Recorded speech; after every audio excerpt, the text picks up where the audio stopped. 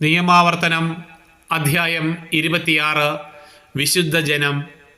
ഈ ചട്ടങ്ങളും വിധികളും ആചരിക്കാൻ ഇന്നേ ദിവസം നിന്റെ ദൈവമായ കർത്താവ് നിന്നോട് കൽപ്പിക്കുന്നു.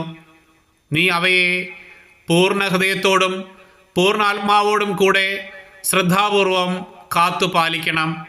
കർത്താവാണ് നിന്റെ ദൈവമെന്നും നീ അവിടുത്തെ മാർഗത്തിലൂടെ ചരിക്കുകയും അവിടുത്തെ ചട്ടങ്ങളും കൽപ്പനകളും നിയമങ്ങളും അനുസരിക്കുകയും അവിടുത്തെ സ്വരം ശ്രവിക്കുകയും ചെയ്യും എന്നും ഇന്ന് നീ പ്രഖ്യാപിച്ചിരിക്കുന്നു.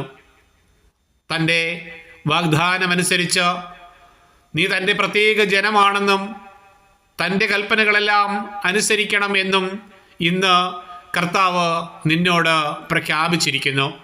മാത്രമല്ല, താൻ സൃഷ്ടിച്ച സകല ജനതകൾക്കും ഉള്ളതിനേക്കാൾ ഉന്നതമായ നാമവും ബഹുമതിയും അവിടുന്ന് നിങ്ങൾക്ക് നൽകും. അവിടുന്ന് അരുളി ചെയ്തിട്ടുള്ളതുപോലെ നിന്റെ ദൈവമായ കർത്താവിന് നീ ഒരു വിശുദ്ധ ജനമായിരിക്കുകയും ചെയ്യും.